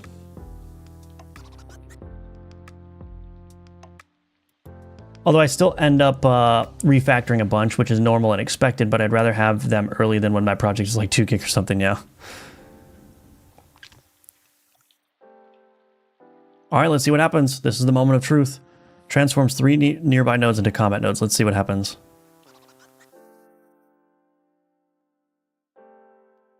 Oh, it didn't reveal the node first. That worked, though. Did you see that? It worked. It didn't reveal the nodes first, though. So, why is that not happening?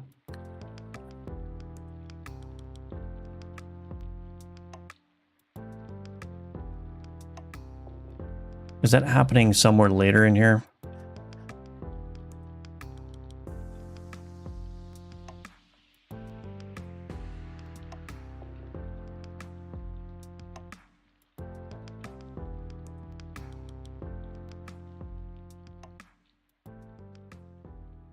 I don't know why this is here. I feel like I can move this up here safely. Breach, yeah. Naming things is hard. It can be, for sure. It can be.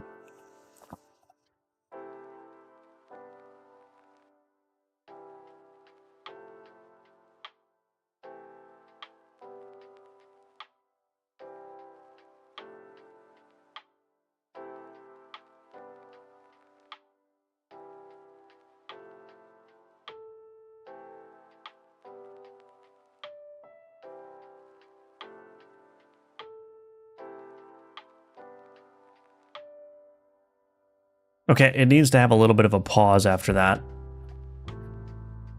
Oh, right. Okay, so here's what I need to do. I actually do need to return a tween there. So here, we're actually going to do this. We're going to do return a tween.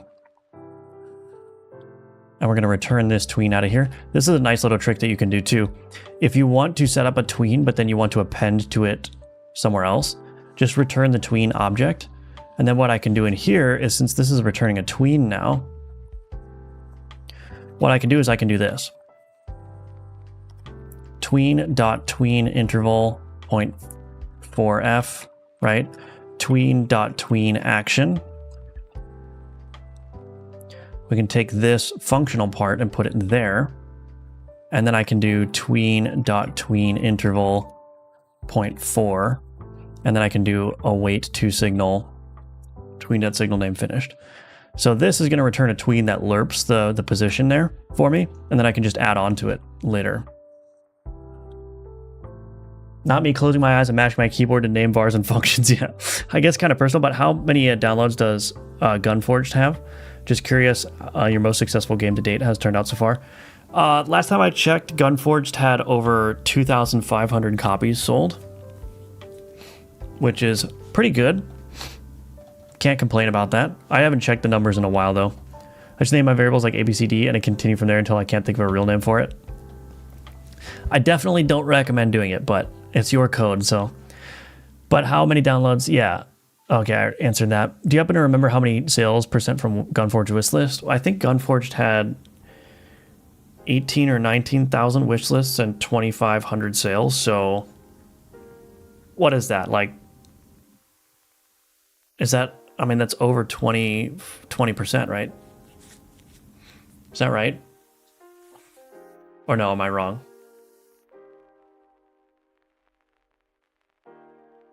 No, it's not 20%. 15%? Something like that? Did I go the wrong way? Did I think that was an obelisk?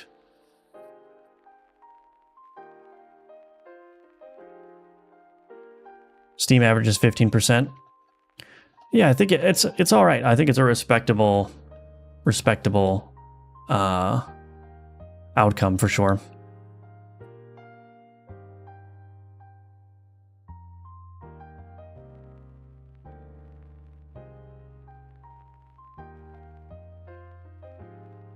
Cool. That worked pretty good, I guess. Let's do it again. That lerping might be a little bit too fast, though, so let's just bump this up.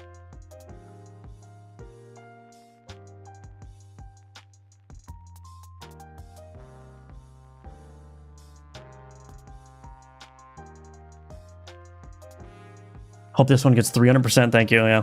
Can you update your platformer course on Udemy to Godot 4? I'm not going to be doing that, at least not in the near future, because my current focus is Alchemortis. But maybe someday. Maybe when Godot 5 comes out.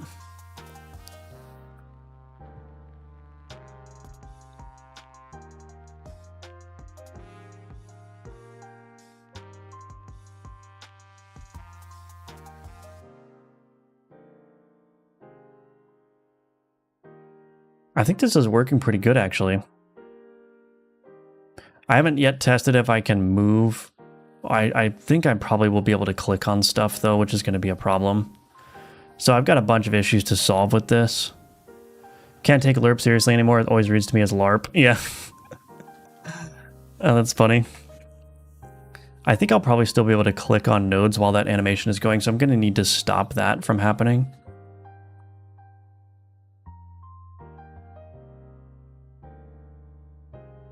Let me see.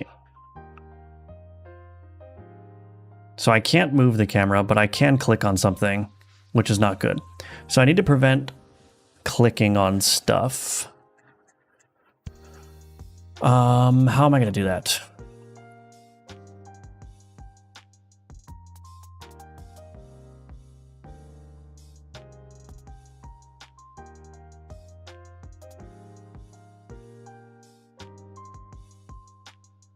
I guess what I can do is I can just do clickable coordinator.disable mouse input and then clickable coordinator.enable mouse input. Just do that, I guess. Hi, Shurima. Hi, babies. Woo! You're famous. You're famous. Look.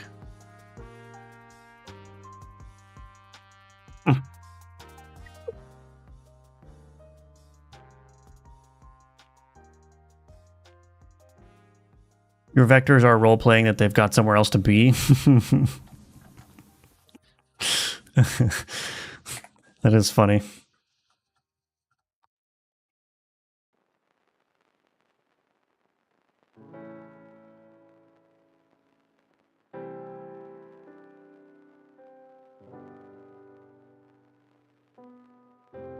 So I shouldn't be able to click on any of these things anymore.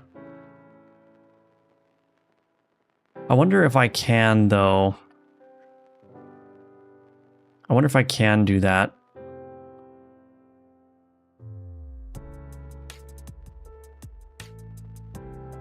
Let's see. As soon as I come out of it. When is this clickable coordinator? When is this enable mouse input called? Enable input.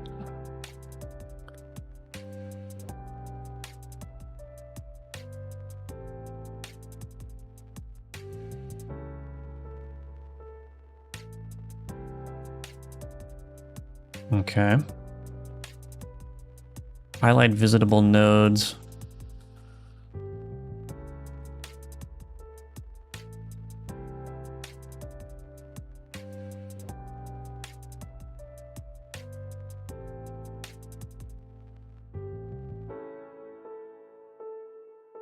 Why is that in there? Anyway. I'm not going to worry about it, but I don't think it's possible for me to click immediately after. It is not. Okay. So I don't want to be able to click on any nodes while that animation is happening.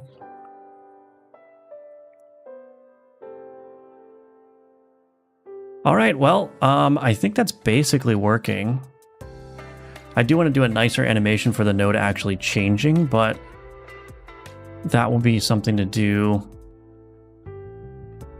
later. Let me change this.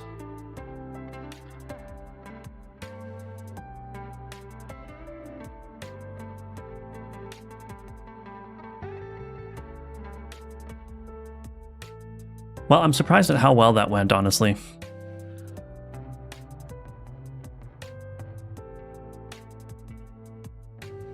I was expecting that to be a lot more hairy than it was.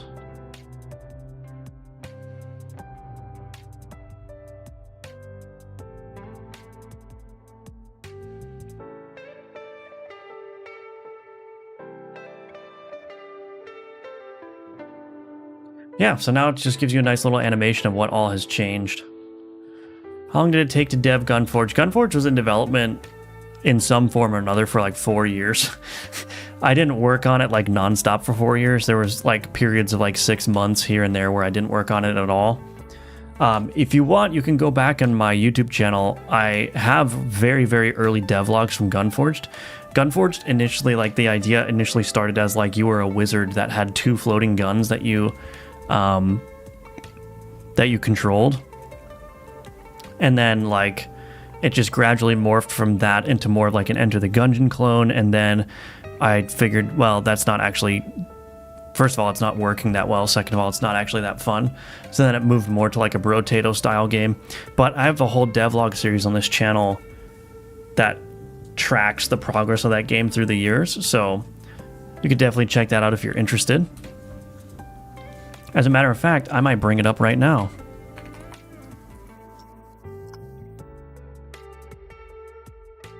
So if I go to my channel here, if I go to my playlists, so if you go to devlogs here, is this going to just start playing? Okay.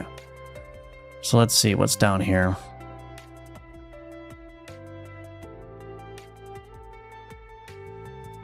Yeah, so it starts with a gun game devlog here.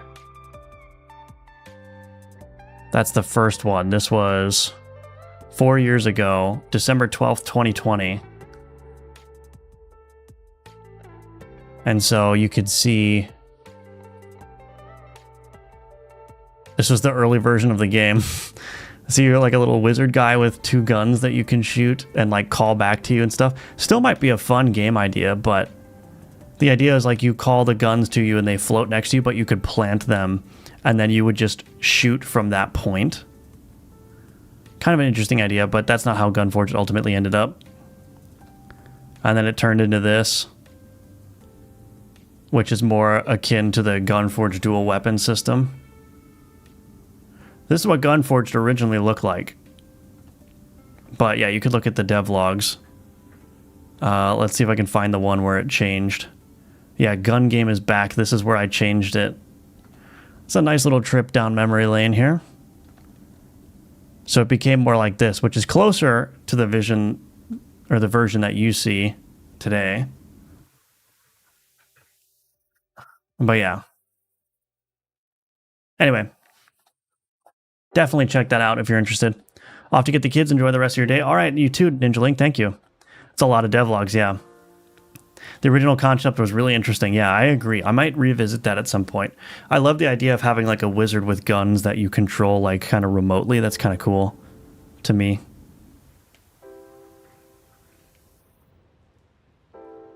Okay, that's going to be it for the stream today. Animate map node changes.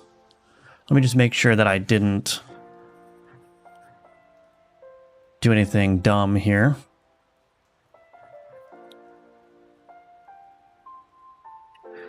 Yeah, so all in all, that actually wasn't that invasive of a change. So I'll push that over. Thank you all for watching. Thank you for being here again. If you want to support me, go to Alchemortis on Steam and join the playtest. Play the game. Give me your feedback in the Discord channel. The Discord is linked below, as well as the Steam page. You can also join at Patreon if you want to support the game financially, but the playtest is definitely the most important way that you can help me out, and it's free to everyone. So just go to the Steam page, click this request access, play the game, let me know what you think. And let's see, does your fiance play games sometimes? No, not at all. Not at all. Okay, that's it for the stream today. I'll be back at it tomorrow at 10 a.m. Eastern, so I hope to see you there. Take care, everyone, and see you in the next one. Okay, bye.